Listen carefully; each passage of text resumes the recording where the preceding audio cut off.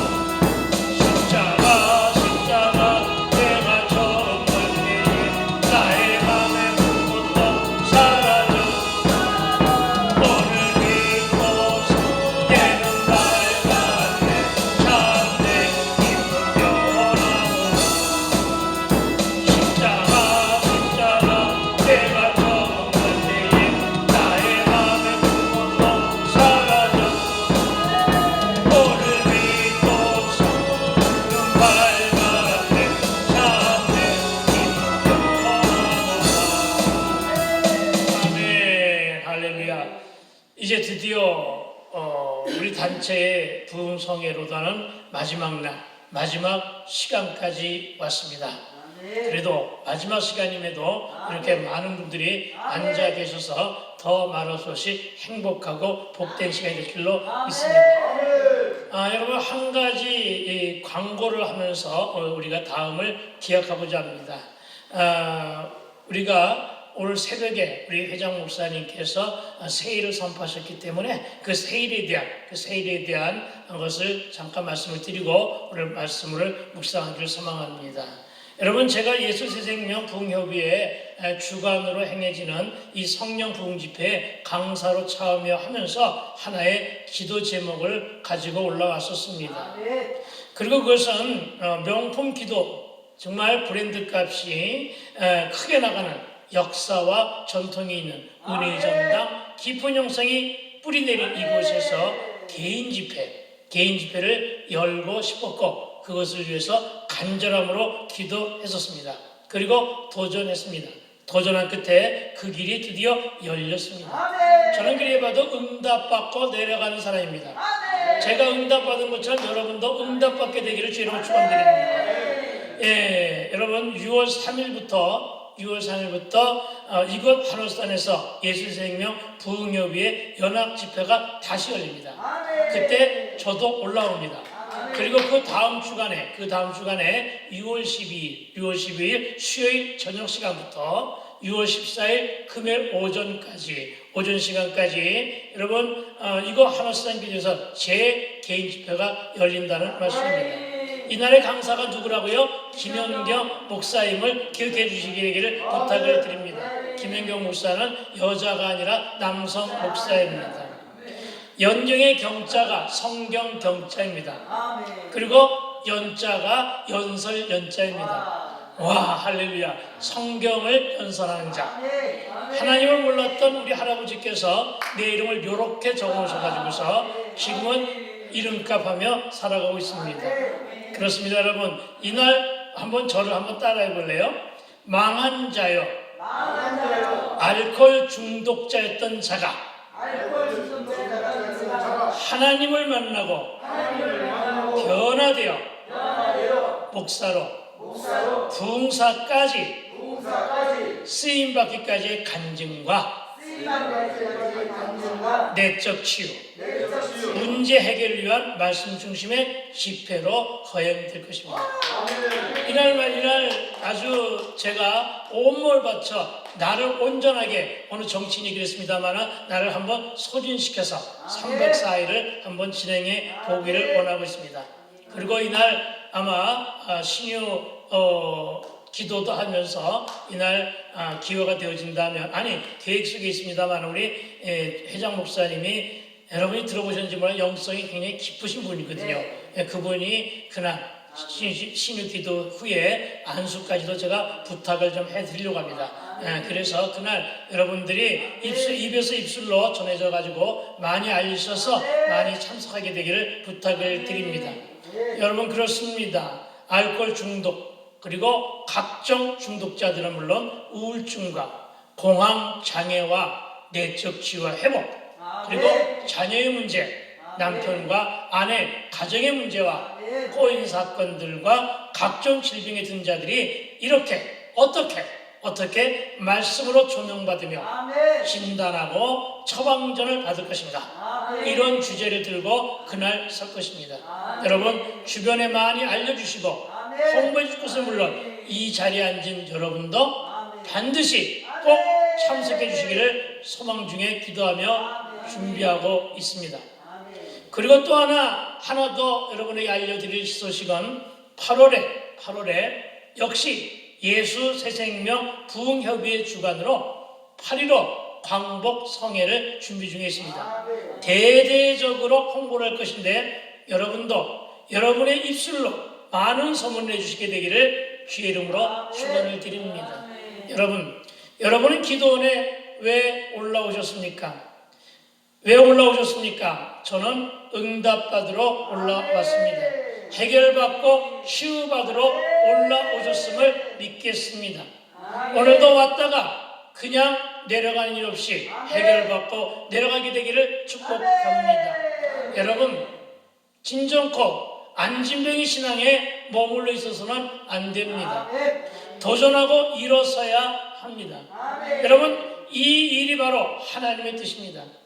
저와 여러분이 일어서는 일이, 저와 여러분이 일어나 걸어가는 일이 하나님의 뜻임을 믿으시기 바랍니다. 그리고 그 일이 기도원에 올라오신 목적이 되어야 될 것이고, 여러분이 기도의 제목을 들고 오늘 말씀 끝나고 난 다음에 기도할 때 그 부르짖음이 바로 우리의 목적과 신앙의 방향으로 믿어야 될 줄로 믿습니다. 여러분, 우리가 방금 부른 찬송가 151장, 이 151장 찬송, 이 찬송의 가사를 생각하며 음미해보기를 부탁을 드립니다.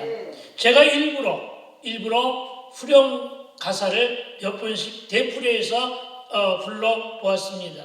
여러분은 여전히 지금 무슨 기간이죠? 사순절 기간인데, 여러분은 아직도 지금까지도 방금 부른 찬송가의 가사, 십자가 내가 처음 볼 때, 여러분, 십자가를 내가 처음 만났다는 것은 나의 첫사랑을 말하는 것입니다. 여러분, 내가 처음 만난 그 십자가, 예전에는 길을 지나가다가도 십자가만 보면 가슴이 뭉클했었고, 예전에는 십자가 달려있는 교회를 보면 그곳이 어느 곳이냐 내려서 기도하고 싶은 생각이 붙었고, 아니 실제로 내려가서 문이 열려있는 그 교회에 가서 기도하고, 그리고 주머니를 들어서 헌금도 하고 나왔던 그런 시절이 있었다는 것입니다. 그런데 지금은 어떠하냐는 것입니다. 지금은 여러분, 십자가 내가 처음 볼 때 그 감격과 그 감동으로 연신 눈물을 흘리며 가슴은 먹먹해지고, 옆에 놓인, 지금은 사라졌습니다만, 지금 여러분의 옆자리에 반드시 있었어서든 예전엔 있었던 그 휴지가 지금은 사라졌습니다만, 그 휴지를 꺼내서 콧물들을 씻어내고 있었던 그때의 그 감격을 지금도 간직하고 있느냐는 것입니다. 아니면 그냥 무덤도 마십니까? 눈물은 말라버린 지가 너무나 오래되었고 식었고 열심도 열정도 다 사라져 버렸습니까? 그러나 여러분, 다시금 회복되어야 될 줄로 믿습니다. 십자가가 회복된다는 것은 저와 여러분의 첫사랑이 다 회복되는 것임을 믿으시기 바랍니다. 첫사랑이 회복됨으로써 저와 여러분 안에 있었던 열심과 열정이 다 회복되기를 주의 이름으로 축원드립니다. 혹시나 들은 것은 있어가지고 머리만 커지고 귀도 커지고 당나이가 되어서 아는 것은 많은데 가슴이 없어. 가슴이 없다는 말은 열심도 없고 열정도 없다는 것입니다.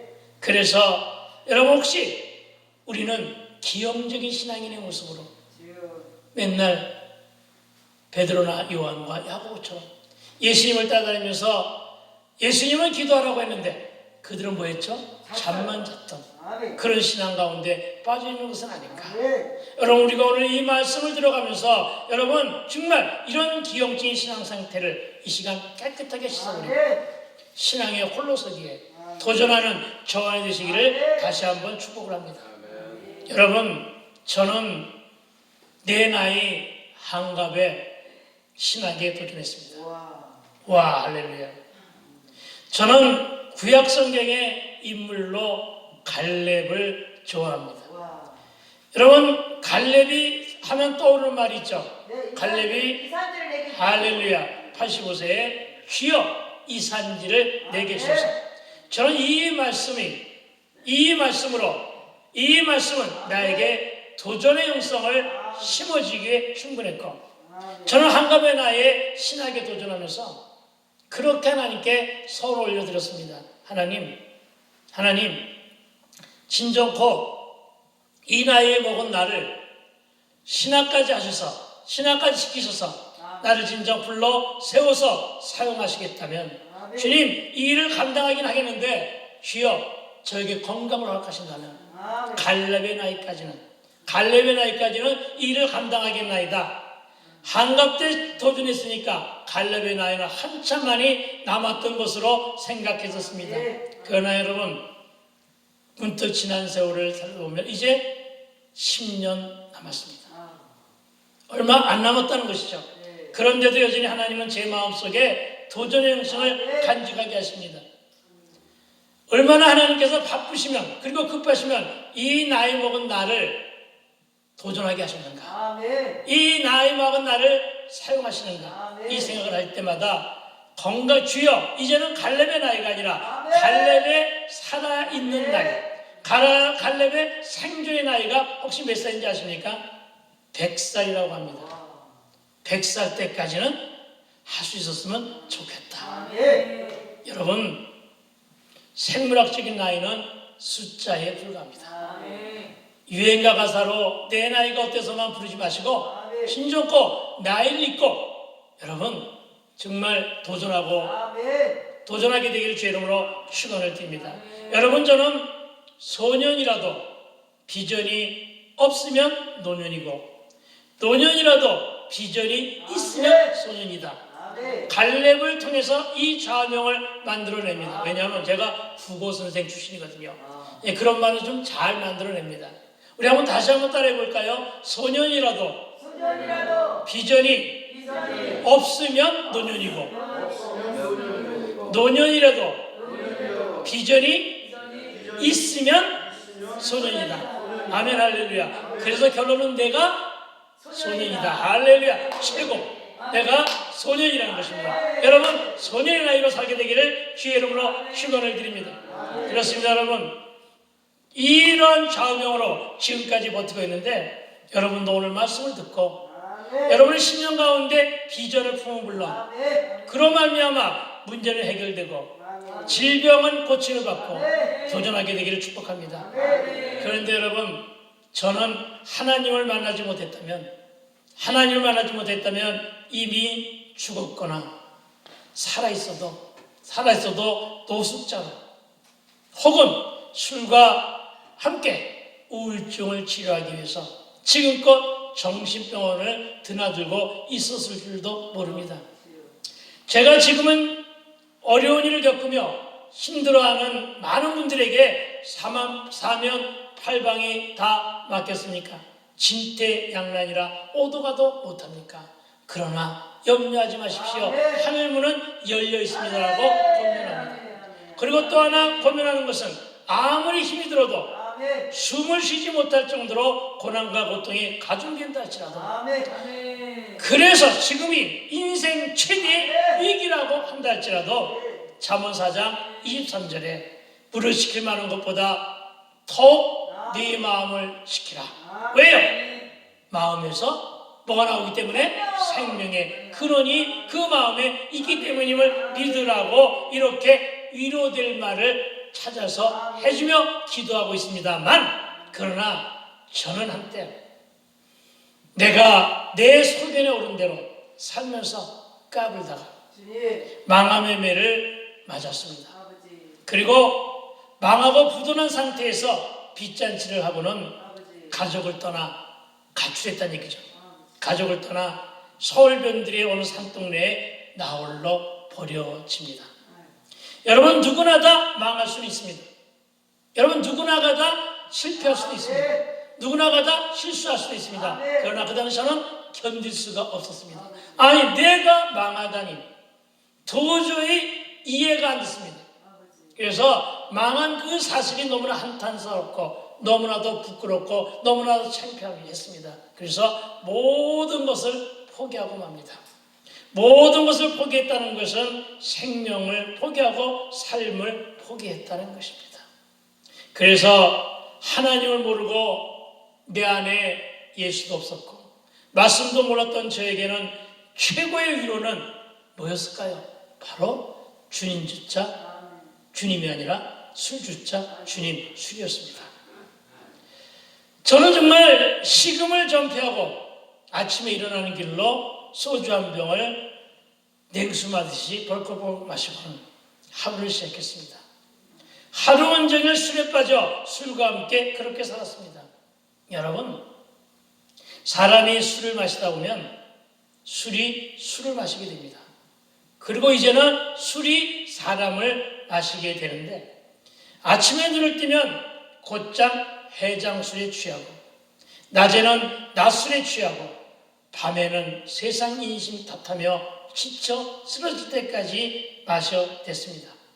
그런데 그렇게 한 2년 했더니 내 몸에 이상한 증세가 생기기 시작합니다. 어쩌다가 술에 취한 상태로 밖에 나갔다가 밖에 나가기만 하면 집에 들어오기가 힘이 들었어요. 왜요? 집에 갈 방향을 잃어버렸기 때문입니다. 흔히 말하여 필름이 끊어졌다는 것입니다.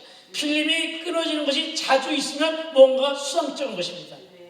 심지어는 밤새도록 거리를 헤맬 때, 그런 일이 많아질 때 홀로 헤매는 자를 향하여 어느 누가 집이 어디냐고, 집 주소가 어디냐고 물어봐도 할 말을 하지 못했습니다. 왜요? 집에 가는 방향도 잃어버렸고 집 주소도 잃어버렸기 때문입니다.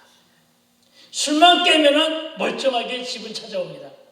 그런데 어느 순간부터 무엇조차 잊어먹기 시작했느냐면은 뭘 잊어먹었을까요? 제가 어떠한 장소, 어떤 집에 가든지 항상 제 이름 석자를 설명을 합니다. 그 이유는 무엇을 잊어먹었느냐?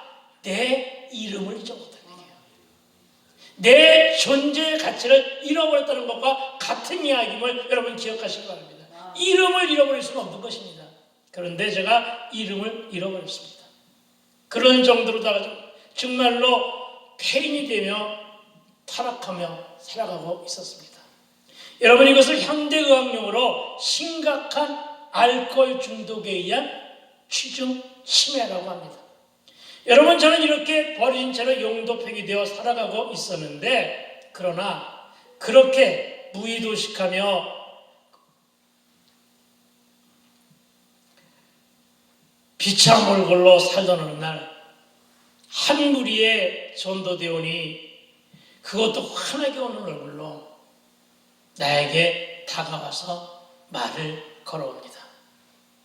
참으로 그날따라 이상하게도 간밤에 먹은 술이 일찍 깨었고 아침에 일어나 어저께 놓인 술병을 한 곳에 모아놓으며 문을 열고 밖에 나갔다가 따사로운 이른 봄의 햇살에 잠시 길가에 앉아 있었는데 누군가가 나를 향해 걸어오고 있었다는 것입니다.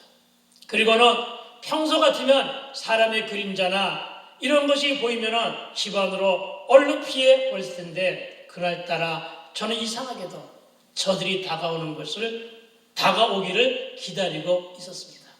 여러분, 그렇습니다. 저는 지금도 저들의 발걸음은 우연의 발걸음이 아니라 변장하고 나를 찾아오신 예수님의 시선으로 믿고 있습니다. 정말로 그랬습니다. 예수님의 시선이 저에게로 향하셨던 것입니다. 예수님이 저의 인생사에 이제 드디어 개입하셨다는 것입니다. 그때는 물론 몰랐죠. 지금 깨달아 보니까 그랬다는 것입니다. 그들이 저에게 다가옵니다. 그들이 저에게 말을 겁니다. 뭐라고요? 신방을 한번 받아보겠느냐고. 저는 그날 신방이라고 하는 말을 뜻을 몰랐었습니다. 그런데 신방을 받아보겠느냐고 하는 말에 그냥 고개를 끄덕여 대답을 해줍니다. 그리고 이들의 신방을 받았습니다. 그런데 맨정신으로는 받을 수가 없어서 준비를 합니다. 여러분, 뭘로 준비했을까요? 여러분, 막걸리 2대를 마시고 저들을 맞이합니다. 그리고 그들과 그 자리에서 그들이 부르는 통일찬송가 484장, 우리 찬양사역을 찬양으로 인도하신 우리 목사님께서 부르신 365장, 이 찬송가 가사를 저들이 부르기 시작합니다. 그러나 저는 난생 처음으로 만난 찬송이었습니다. 그리고 애시당초 저는 음치기 때문에 대중가요를 하나도 아는 게 없는 정도로다가 음치였기 때문에 찬송가 역시도 부를 줄을 몰랐기 때문에 그냥 부르는 것은 포기하고 그냥 찬송가 가사를 읽어 내려갔는데, 여러분, 이 찬송가 가사는 저에게 그날 그렇게 말씀하고 있습니다. 마음속에 근심 있는 사람, 마음속에 근심 있는 사람 모두 다 주 예수 앞에 아뢰라고. 주님이 너의 친구가 되어주셨다. 아멘.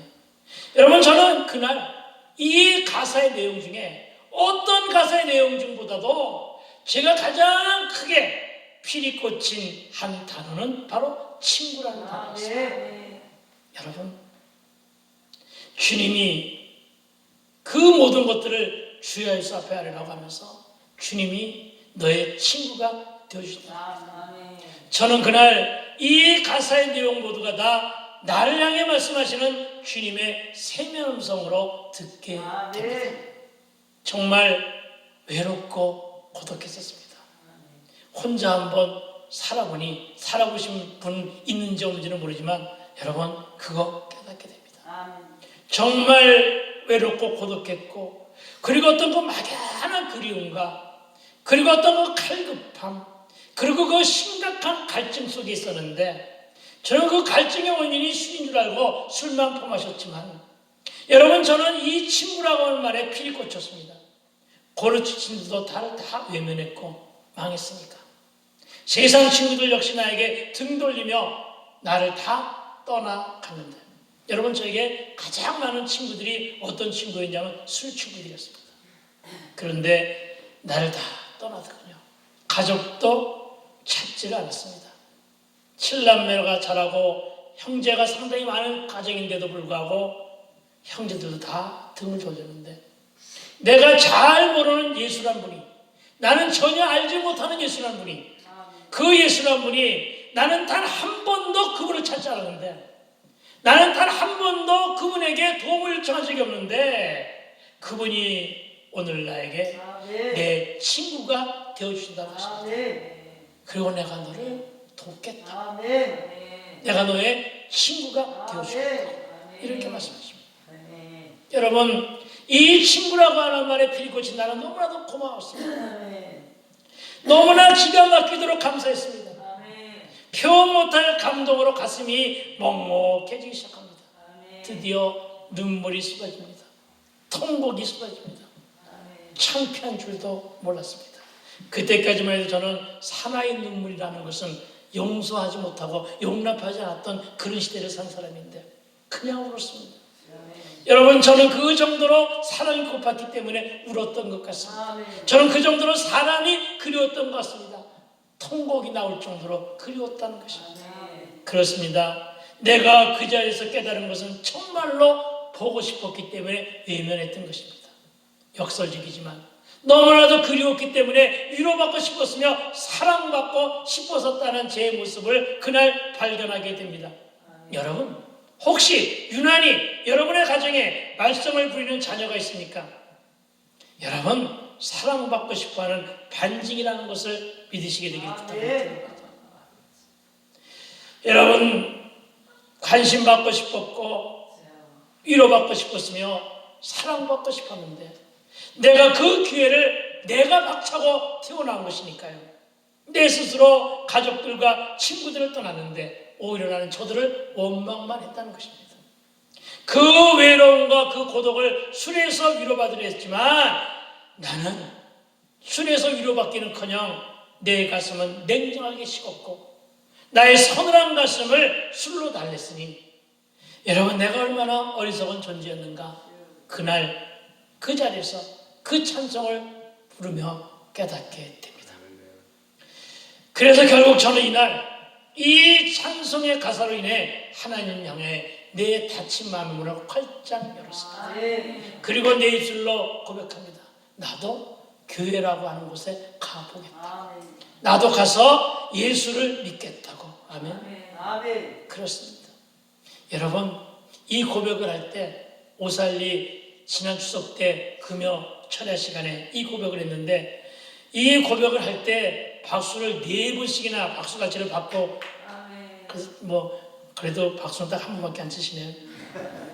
그렇습니다. 여러분 예수님은 다 아시고 38년 된 환자를 오셨듯이 나는 예수도 믿지 않았는데 그분은 나를 다 아시고 내 사건 내 문제에 개입하셨고 이제 나를 건져내 지명하여 부르시고는 너는 내 것이라고 하시며 예수님 사랑을 전하기 위해서 누구를 보내줬다고요? 이 전도 대원들을 보내주시고 그날 저는 이 찬송가 가사로 나를 찾아오셨고 내 마음을 여셨던 그 주님을 찬양합니다. 그 이후 그 교회에서 소개한 포천에 있는 한국중앙기도원이라는 곳에 가서 설 명절 성에 참석하게 되는데 이날 창세기 1장 1절의 말씀으로 하나님의 창조를 발견하게 됩니다. 아멘. 그리고 이 말씀에서 큰 찔림의 은혜를 받았습니다. 그럴 수밖에 없었던 것이죠. 이름을 잊어먹었다는 것은 뭘 망각하고 살았다고요? 내 존재 자체를 망각하고 살았기 때문입니다. 그런데 저는 그날 뭘 발견했다고요? 하나님의 창조를 발견했다는 것입니다. 여러분, 그리고 이 말씀에서 저는 큰 찔림의 은혜를 받게 됩니다. 여러분, 이 말씀에서 증거되고 있는 창조라고 말에 꽂힌 나는 이 말씀 안에서 하나님은 창조주시고 나는 피조물이구나. 그러면서 하나님과 나와의 관계가 새로이 설정되었고 다시금 설정되었고 하나님과 나의 관계를 깨닫게 된 것입니다. 그리고는 이어지는 결과는 나는 이제 더 이상 내가 알고 있었던, 내가 교과에서 배웠고 제가 고전문학을 전공한 사람입니다. 그 가운데서 진화가 나를 유난히 붙들고 있었는데 나는 이상 더 이상 진화의 사물이 아니었고 이젠 더 이상 원숭이 후손이 아니어도 되었고 윤회는 더욱더 아니더라고요. 신화로 각색된 곰의 후손도 아니더라고요. 저와 여러분은 곰의 후손이 아닙니다. 여러분, 그리고는 하나님의 창조물로 그리고 피조물로 창조주신 그 하나님을 이제 드디어 아빠, 아버지라고 부르며 난 지금도 그것이 성령 역사인지는 모르고 지금도 내가 이 말씀을 하면서 그날부터 하나님을 아빠라고 부르기 시작하더라고요. 그날부터 하나님을 아버지라고 부르기 시작하더라고요. 그리고 누구의 허락도 없이 저는 하나님을 주님이라 부르기 시작했습니다. 허락받고 하는 게 아니더라고요. 예, 여러분 그렇게 부르기 시작했습니다. 그분이 나의 구원주요, 그분이 나의 구세주로, 나는 새 생명을 얻은 자로 저는 그날 새로이 태어났다는 고백입니다. 여러분, 내 삶, 내 인생의 주인이 그날부터 바뀌었고 내 존재와 정체성의 회복의 고백을 지금 드리고 있는 것입니다. 여러분, 하나님의 자녀로 확인된 나는 더 이상 이렇게 주저앉아서, 마냥 주저앉아서 술이나 퍼먹으며 세월을 낭비할 그런 계제가 아니었다는 사실을 깨닫게 됩니다. 여러분, 그래서 이 존재감과 이 정체성을 깨닫는다는 것이 우리에게, 특히나 우리 신앙인에게 이것이 얼마나 큰 가치인가를 깨달아야 될 줄로 믿습니다. 이것만 깨달아도 조금은 덜 절망하게 될 것이고 이것만 깨달아도 조금은 더 타락하게 될 것이고 이것만 깨달아도 우리 청소년들이 조금은 더 변질되지 않지 않을까, 저는 이렇게 생각을 합니다. 여러분은 누구입니까? 여러분, 저와 여러분에게 예수님은 누구이십니까? 나는 창조라고 하는 이 말씀에서 나의 정체성과 나의 거룩한 존재감을 깨닫게 되었다는 고백입니다. 이 말은 무슨 얘기냐면 나는 이 말씀에서 나는 누구인가? 나는 어디에서 왔으며 나는 지금 어디를 향해 가고 있는가? 나는 과연 지금 잘 가고 있는 중인가? 이런 철학적인 질문에 내가 이 말씀에서 답을 얻은 것은 바로 창조라고 하는 말씀 한 단어 때문임을 믿게 되길 주의 이름으로 축원을 드립니다. 여기까지는 그렇게 깨달았습니다. 그런데 갑자기 속이 울렁거리기 시작합니다. 마치 뭔가 토할 것만 같은 느낌이 들어오면서 가슴이 답답해지기 시작합니다.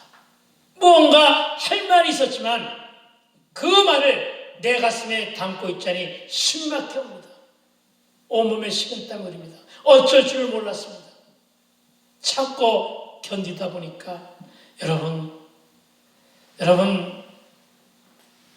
나와 동행했던 한 집사님이 예배 중에도 나를 데리고 나갑니다. 아마도 나의 동태를 살피고 있었던 것 같습니다. 그리고는 그분이 나를 이상한 곳으로 끌고 갔어요. 그 이상한 곳, 그때는 제가 이상한 곳이라고 생각을 하고 있습니다. 그런데 그것은 이상한 곳은 전혀 아닙니다. 어디냐? 기도굴입니다. 내 인생 처음으로 기도굴이라는 곳에 들어가게 됩니다. 그리고 그곳에서 3시간 넘는 통행의 자복으로 뜨거운 성령 체험을 하게 됩니다. 할렐루야. 난생처음으로 기도굴에 들어갔습니다. 들어가 앉아서 어두운 방 안이니까 두 눈을 감았습니다. 감은 두 눈 앞에 환한 빛이 비춰옵니다. 너무나도 놀랐습니다. 아무도 없는 방인 줄 알았는데 갑자기 분명하게 불은 꺼져 있었는데 그 환한 빛이 나를 향해 비춰오니까 너무 놀랐잖아요. 그래서 눈을 번쩍 뜹니다. 그러나 내 눈앞에는 어둠 속에서 환하게 비치는 십자가만 있었고, 십자가가 나를 향하여 빛을 쏟아내는 것을 발견하게 됩니다. 그리고는 다시 눈을 감습니다. 그리고는 감은 두 눈에 활동사진이 들어가는 체험을 하게 됩니다. 여러분, 그리고 그 활동사진 속에서는 내 죄의 모습, 내 죄의 목록들이 하나하나, 심지어 내가 모르는, 내가 전혀 알지 못하는, 나의 기억 속에조차도 없는 죄까지 고발되어 들어가고 있었습니다. 하나님의 몰래카메라, 하나님의 CCTV가 나의 전생애를 거기에서 고발하고 있었다는 것입니다. 나는 너무나 놀랐습니다.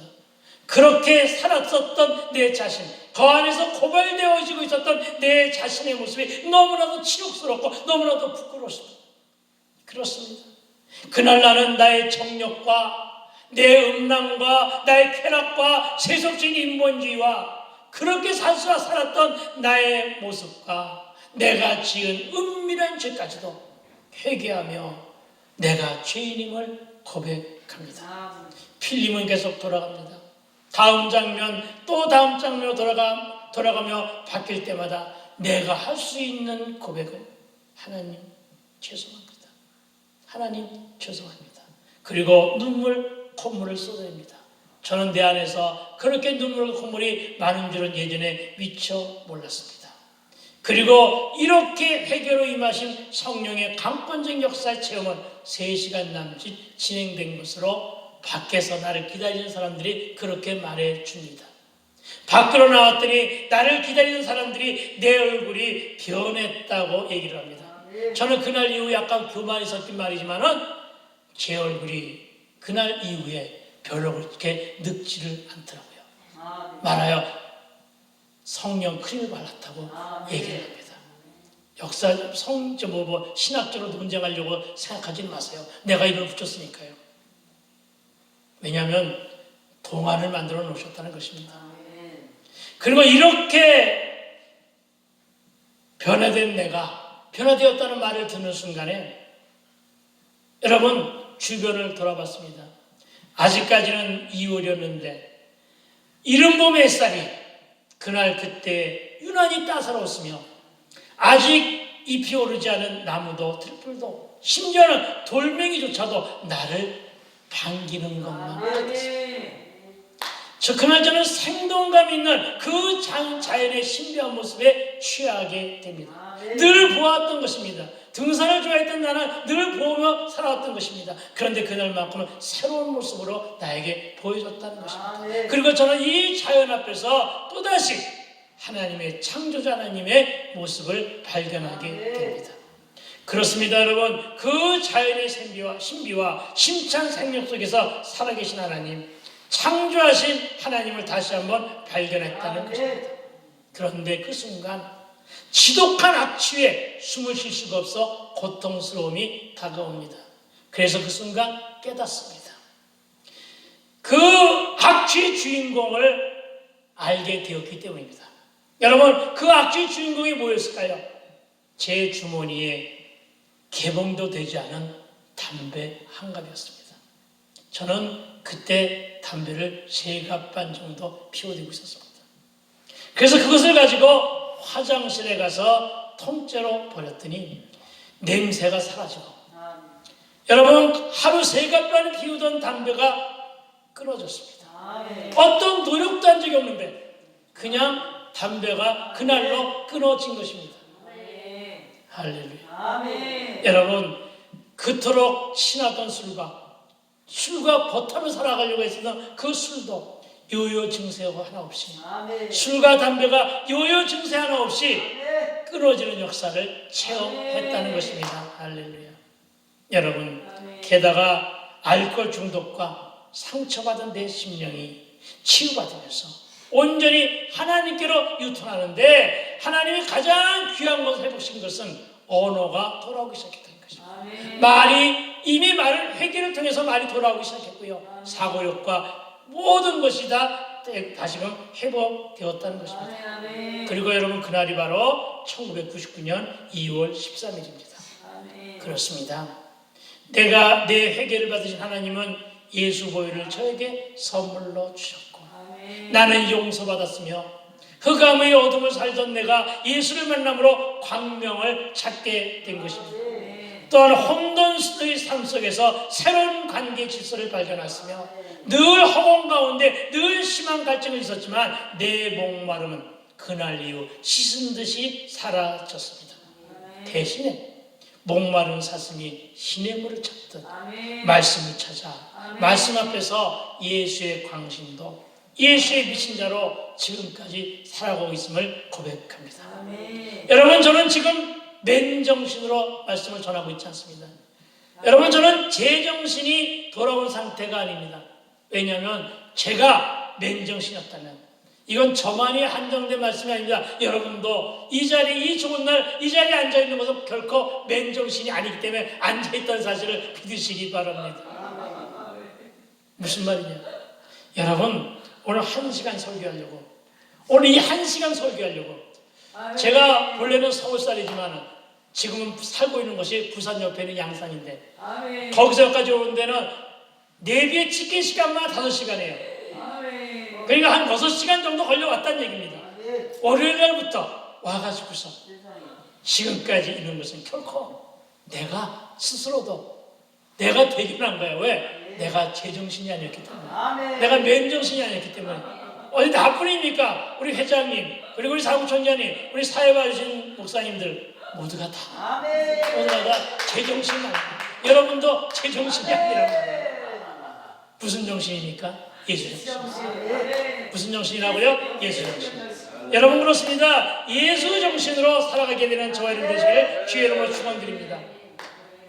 그렇습니다. 저는 망한 자요 알코올 중독자였고 실증에 베데스다 연못가에 벌어지는 환자였지만 결국 저는 말씀으로 살아난 자였음을 고백하고 있습니다.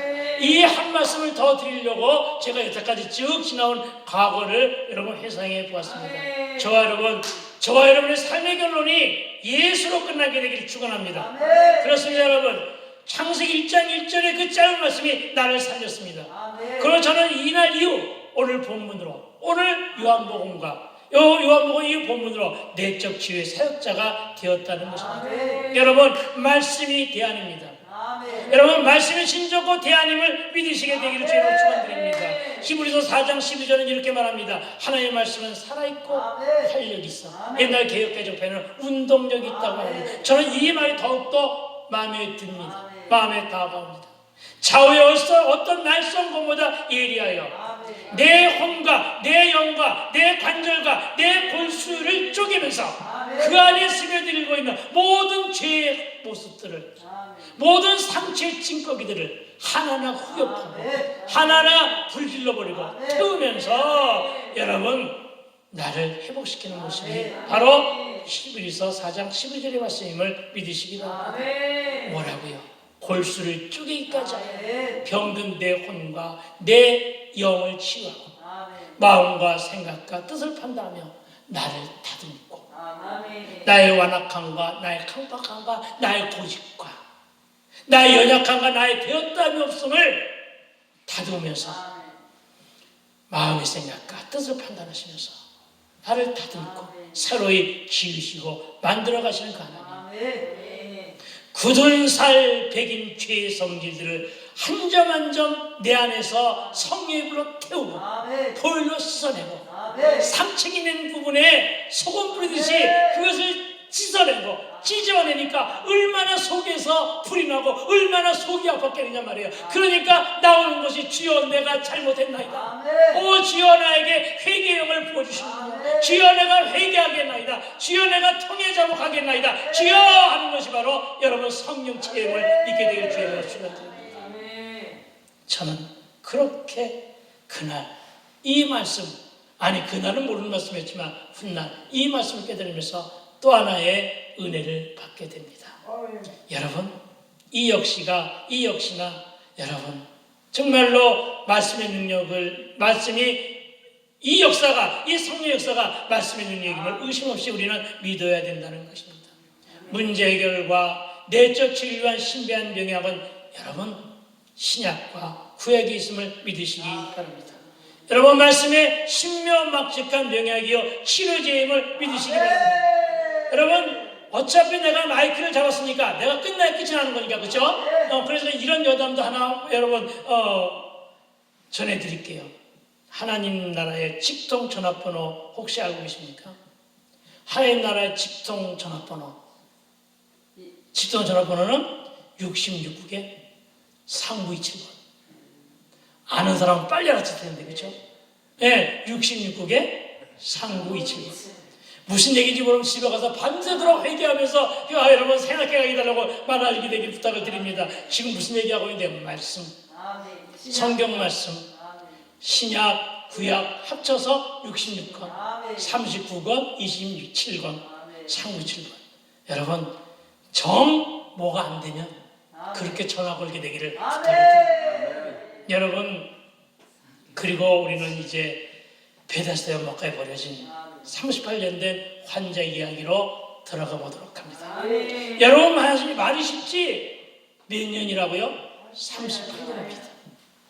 우리의 연수가 70이고 강건하면 80이라는데 이 환자 자기 인생의 반은 병과 함께 병치레하며 살아왔다는 증거가 38년 된 병자입니다.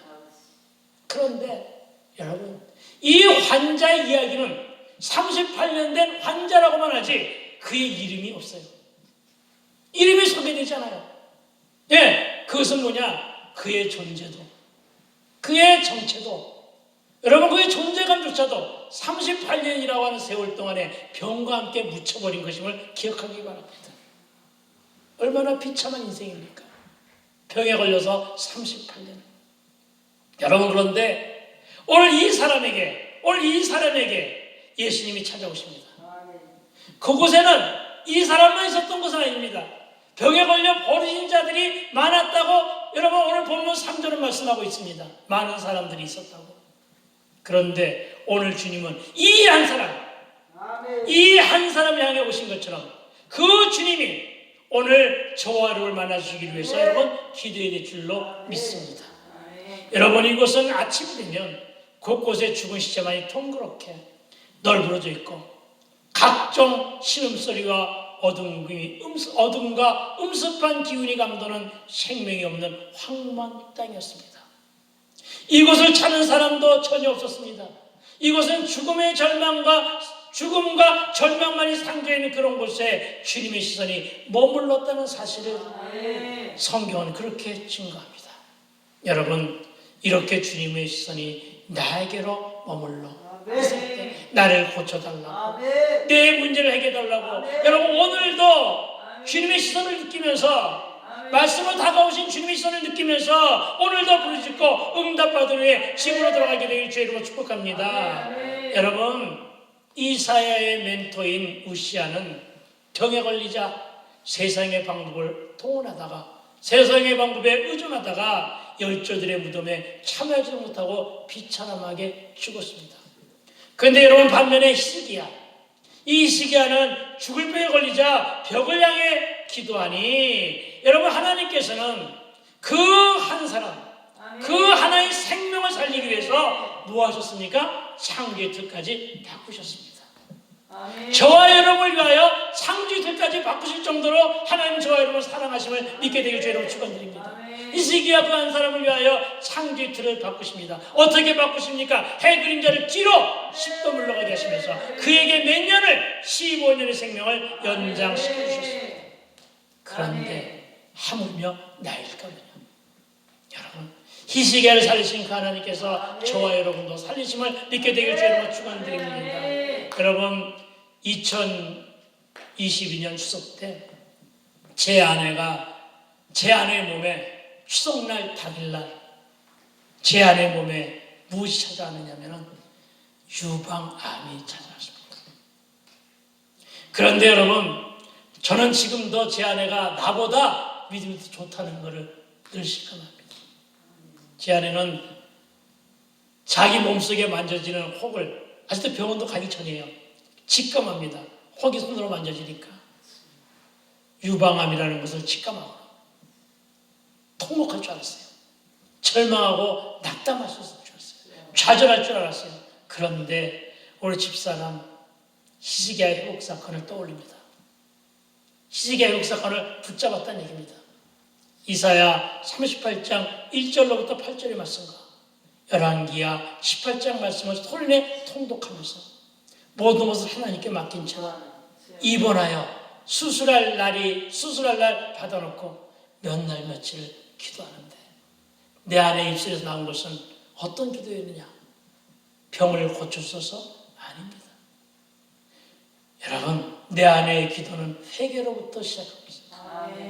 그리고는 저를 따라다니면서 개척 목회하면서 많은 사람들에게 받았던 상처가 있음에도 불구하고 자기에게 상처 준 사람을 향하여 한 사람에서 기억하며 전화를 겁니다. 내가 미안하다고. 제 아내가 오히려 미안하다고 하면서 용서를 빌면서 회개를 합니다. 하나님은 그 기도를 받으셨던 겁니다. 여러분 몇 날 며칠을 두고 기도했던 내 아내, 여러분 암 환자에게 가장 두렵고 무서운 것이 무엇인지 혹시 아십니까? 그것은 바로 항암 치료라고 합니다. 항암이 얼마나 무서운가 하면 항암을 받느니 차라리 죽는 게 낫다고 할 정도로 항암 치료는 무섭고 떨리고 두렵게 만든다고 합니다. 그래서 제 아내는 그렇게 기도합니다. 항암만은 안 받을 수 있게 해달라고. 또 저는 그렇게 기도합니다. 내 손에 만져지는 그 혹이 보혈의 능력으로 성령의 불로 작아져서 또 가지고 사라지게 해달라고 그렇게 기도했습니다. 우리의 기도를 들으신 하나님, 이렇게 무섭고 두려워하고 떨게 만드는 그 항암도 안 하게 하시고, 뚜껑을 열어보니까 대부분의 뚜껑을 열어보면은 치료 불가 하면서 받는 사람들도 많다고 합니다. 저희된 것이 너무나 많아서 심각하게 말다는 사람이 많다고 합니다. 그런데 분명한 것은 내 손에 만져진 것이 혹이 매우 컸습니다. 그럼에도 불구하고 암덩어리는 비록 컸지만 이기라고 했습니다. 그런데 이기임에도 불구하고 착한 암이래요. 그리고 전이 된 것이 하나도 없다고 합니다. 그리고 수술도 깨끗하게 잘 되게 하셨으며 암 환자는 누구나도 다 한다는 수술 후에 항암도 안 하게 하시고, 수술 이전에도 항암을 안 했는데 수술 이후에도 항암도 안 하게 하시고, 방사선 치료만 하게 되었고 지금은 건강 회복을 위하여 올인하고 있습니다. 여러분, 이것은 우연이 아닙니다. 여러분, 이 고백은 우연이 아니라고요. 여러분, 생사였던 건을 주께 있음을 믿고 예수 이름으로 기도했더니 예수님의 언약대로 너희가 내 이름으로 기도하면 저가 그 응답을 이루신다고 하신 것처럼, 여러분, 우리 집사람과 제가 예수 이름으로 기도했더니 기도 외에는 다른 곳으로는 이런 유가 나갈 수 없다는 그 기적의 체험을 하게 하신 것인 줄로 믿습니다. 여러분, 제 안에는 하나님이 치유하셨다는 고백입니다. 그러니까 여러분, 말씀을 붙잡으세요. 그리고 기도하세요. 그리하면 기도 외에는 다른 것으로는 이런 일가 나올 수 없는 기적을 체험하는 간증자가 되기를, 여러분이 간증자가 되기를 주의 이름으로 축복합니다.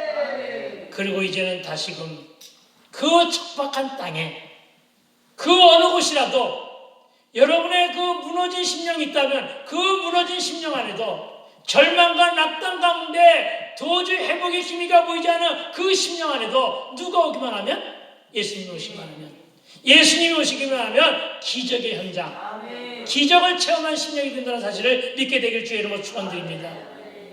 그렇습니다. 이제 다시금 배타지 연못이 기적의 현장이 되는 것을 우리는 목도하게 됩니다. 여러분, 이토록 아름다운 기도의 성상, 영성이 묻어나는 한옥산 기도원이 그리고 저와 여러분이 섬기는 교회가 베데스다 연못으로 기적의 현장, 치료 현장이 되기를 축복합니다. 6절의 말씀입니다. 6절의 말씀 제가 읽도록 합니다. 여러분 6절입니다. 예수께서 그 누운 것을 보시고 병이 벌써 오래된 줄 아시고 이르시되 내가 낫고자 하느냐. 여러분 저는 오늘 이 본문에서 영육이 병든 자를 찾아오신 예수님을 발견합니다. 말씀 속에서 예수님을 발견하게 되길 주의로 축원드립니다. 아니 여러분 발견하는 것으로 끝나지 마시고 오늘도 우리 모두를 향해 찾아오신 그 주를 만나 문제는 해결되고 질병은 치유되고 꼬인 것은 풀리고 막힌 것은 뚫리며 닫힌 것은 열리는 복이 저와 여러분은 물론이고 저와 여러분이 섬기는 교회와 저와 여러분의 가정과 저와 여러분의 일터와 여러분의 자녀들에게도 이런 임하게 되기를 주의 이름으로 축복합니다. 여러분 예수님을 만나면 알코올 중독자도 목사가 됩니다. 여러분 예수님 만나면 여러분 알코올 중독자도 목사가 되고 부흥사도 된다는 사실. 무슨 얘기입니까? 인생이 반전되고 역전됨을 믿게 되길 주의 이름으로 축원드립니다. 여러분 로또가 인생을 반전시키는 것이 아니라 예수님을 만나는 것이 여러분 인생의 대박을 믿게 되길 주로 축원드립니다. 그런데 여러분 예수님 오늘 이 환자를 향하여 뭐라고 말씀하십니까? 얼마나 아프니? 어디가 아프니? 열은 있니? 이렇게 묻지 않으시고 뭐라고 말씀하십니까? 네가 낫기를 원하느냐? 네가 낫기를 원하느냐 말씀하십니다. 그러나 저와 여러분 저는 이 말씀에서 크나큰 은혜를 받게 됩니다. 여러분 저는 이 예수님의 질문을 네 문제가 해결받기를 원하느냐고도 들었기 때문입니다. 네 기도가 응답받기를 원하느냐는 말씀으로도 들었다는 사실을 믿으시기 바랍니다. 여러분 그렇게 적용하여 듣게 되기를 부탁을 드립니다. 여러분 그 환자의 가장 간절하면서도 갈급한 소망은 무엇이 있습니까? 병 낫는 것에 그의 평생 소원은 병 낫는 것이었단 말입니다. 여러분 그에게 와서 하나님은 그의 갈급한 마음 그의 갈급한 소망을 다 아시는 그분이 바로 그렇게 물으신 것입니다. 네가 낫기를 원하느냐? 여러분 이것을 응답의 말씀으로 받고 들어가게 되길 부탁을 드립니다. 그리고 예수님은 그 환자의 마음을 만지시고 터치하시고 고치시며 사랑으로 그를 위로하셨음을 믿으시기 바랍니다. 그리고 7절입니다. 7절 역시도 제가 읽어드립니다. 병자가 대답하되 주여 물이 움직일 때 나를 못에 넣어주는 사람이 없어 내가 가는 동안에 나를 다른 사람이 먼저 내려가나이다 하면 그러나 여러분 이 말씀만을 보면 예수님과 이 38년 된 병자에 대하는 마치 동분서답과도 같이 들을 수도 있습니다. 물론 이렇게 해석할 수도 있습니다. 그렇다고 그 해석이 전혀 틀렸다는 말은 아닙니다. 그러나 여러분 병든 이 병자는 너무나도 오랫동안 버린 채로 말문을 닫고 살았고 말을 걸어줄 사람이 없었던 외로운 상태였습니다. 외부와는 완전 단절된 상태였습니다. 혼자 밤새도록 신음하다가 아침에 눈을 뜨면 역과 앞에서 병을 앓다가 죽은 시체만 보았기에 그의 마음도 절망과 공포로 형편없이 무너져 내려앉고 있었을 그 환자가 여러분 바로 예수님의 말씀을 듣고 7절의 말씀을 고백한 것입니다. 제가 그랬습니다. 처절한 고독감을 저는 이미 체험한 바가 있기 때문에 이 환자, 이 7절의 말씀을 충분하게 이해한다는 것입니다. 여러분, 누군가 찾아 묻고 있습니다. 여러분, 너무나도 고맙고 반가웠을 것이며 할 말도 많았을 것입니다. 그래서 이 환자가 그렇게 말하는 것입니다. 여러분, 이 환자의 7절 말씀 속에서는 어떤 의미가 담겨 있다고 보십니까? 그래요, 나 낫고 싶어요. 그래요, 저 관심 받고 싶어요. 그래요, 저 사랑받고 싶어요. 너무나도 외로웠어요. 누군가가 다가와 말을 걸어주니 너무나도 반가워요. 그 환자는 이미 위로를 주님이 하신 말씀 속에서 물론 아직은 예수인지를 모르잖아요. 위로를 받았고 게다가 자신의 병과 회복에 대해서 물어봐 줄 사람이 있다는 것에 그런 큰 기쁨과 위안을 얻게 됩니다. 아멘. 고독과 어둠 속에서 버려진 채로 모든 소망을 잃어버린 이 환자에게 네가 낫기를 원하냐고 물으십니다. 여러분, 이 말씀이 이 환자에게는 곧 복음이었다는 사실을 기억하게 되기를 부탁을 드립니다. 아멘. 그리고 7절에 그의 말은 이런 한탄도 있을 것입니다. 병 치료를 위해서 안 해본 것이 없고 치료비를 당부하느라고 치료비를 부담하느라고 가산도 탕진했다는 고백이 담겨 있을 것으로 보여집니다. 부모 친척은 물론 긴 병에 효자 없다고 이제는 자녀들까지도 자신을 외면하고 버려졌다는 한서린 고백으로도 이 짧은 7절의 말씀 속에 담겨 있음으로 보여집니다.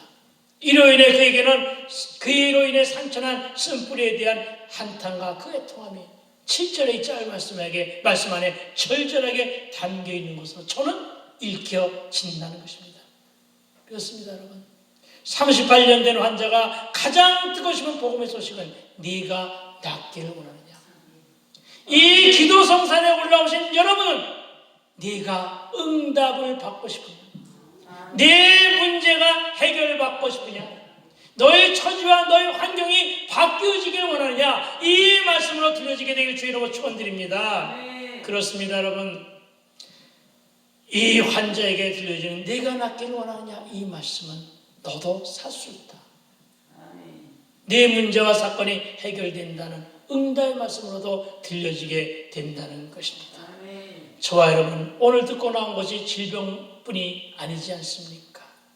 특히 오래되고 해묵은 상처, 꼬인 문제와 사건과 고난의 상처와 뿌리 깊은 쓴뿌리와 꼬인 것, 다친 것, 막힌 것 모두를 들고 주 앞으로 나와 오늘 한번 매달려 보자는 것입니다. 네가 낫기를 원하느냐, 네가 치유되고 회복되고 물론 해결받기를 원하느냐, 여러분, 네가 낫기를 원하느냐, 이 말을 오늘 주의 음성으로 듣고 기도하고 내려가라는 것입니다. 여러분, 왜 기도원까지 올라오셨습니까? 이 좋은 날 놀러 온 것이 아니지 않습니까? 정도의 찬이 있을 망정 절박해서 해결받고 싶은 무언가가 있어서 올라온 것일진데 오늘 한번 그렇게 부르시죠. 봅시다. 에레미야 33장 3절은 너는 내게 부르지라 그렇게 하셨습니다. 한번 마음껏 부르실 때 저와 여러분은 오늘 본문 우리가 읽은 8절의 말씀을 주님의 생명성으로 주님이 저와 여러분에게 전해지는 응답의 말씀으로 듣고 돌아가게 되기를 부탁을 드립니다. 우리 한번 입술로 선포해 봅시다. 다른 구조적이 다 빼놓고 뭐만 읽을까요? 일어나 네 자리를 들고 걸어가라. 이 말씀을 우리가 저와 여러분의 입술로 한번 선포해 봅시다. 시작. 일어나 네 자리를 들고 걸어가라. 아멘. 이 말씀이 저와 여러분에게 귀 속으로, 아니 마음 속으로 들려오는 주님의 생명성이 되기를 주님으로 축원드립니다. 그런데 여러분, 어떡하라고요? 네 자리를 들고 일어나 걸어가라 하십니다. 저와 여러분, 일어나 걸어가라고 명령하심을 믿으시기 바랍니다. 지금 집으로 걸어가라는 얘기는 아닙니다. 여러분 보고 우리는 이 명령에 순종해야 됩니다. 이 명령이 반응하고 순종으로 살아내야 합니다. 어디에서 걸어가라고요? 어디에서 걸어가라고요? 저와 여러분의 문제에서 일어나 걸어갑시다. 저와 여러분의 다가온 사건에서 일어나 걸어가게 되기를 주님으로 축원드립니다. 저와 여러분이 간직하고 있는 찾아온 질병에서 일어나 걸어갑시다. 많은 상처의 쓴뿌리와 죄의 무더기에서도 일어나 걸어갑시다. 여러분, 네 자리를 두고 걸어가라, 이 말은 명령어입니다. 내 모든 것을, 내 모든 염려 근심을 다 버리고 걸어가라. 이제는 진리의 말씀을 저와 여러분의 신비에 새기며 그 명령에 순종함으로 나도 치유받았다. 나도 예수 새 생명을 얻었다. 이렇게 선포하며 일어나 걸어갑시다. 그렇습니다. 주신 말씀을 부여잡고 기도하며 말씀대로 살아갈 때 9절의 말씀처럼 설 수 없는 자가 일어섰고 집으로 돌아가는 기적을 저와 여러분의 삶의 현장에서, 저와 여러분의 기도 현장에서, 저와 여러분의 삶의 현장, 사역의 현장에서 눈으로 보고 귀로 듣고 아멘. 손으로 만지는 아멘. 놀라운 체험의 역사가 일어나게 되기를 주의 이름으로 다시 한번 축복합니다. 아멘. 여러분, 분명한 것은 꼼짝도 할 수 없었던 환자였습니다. 그런데 여러분, 그 환자가 자리를 들고 집으로 갔다는 것은 치유이고 아멘. 회복이며 아멘. 살아난 기적이요 팩트라는 것입니다. 아멘. 그러나 여러분, 은혜를 받았으면, 아멘. 이와 같은 은혜를 받았으면, 말씀을 받았으면, 아멘. 치유받고 사랑도 받았으면, 해결을 받았으면, 이제 저와 여러분이 적용하고 결단하여 해야 할 일이 있음을 믿으시기 바랍니다. 이 사람처럼, 이 38년 환자처럼 우리가 해야 할 일은 우리가 잊지 않은 13절의 말씀에 담겨 있습니다. 13절의 말씀은 이렇게 얘기하고 있습니다. 고침받은 그 사람은 자신의 병을 고치신 분이 예수인지 몰랐습니다.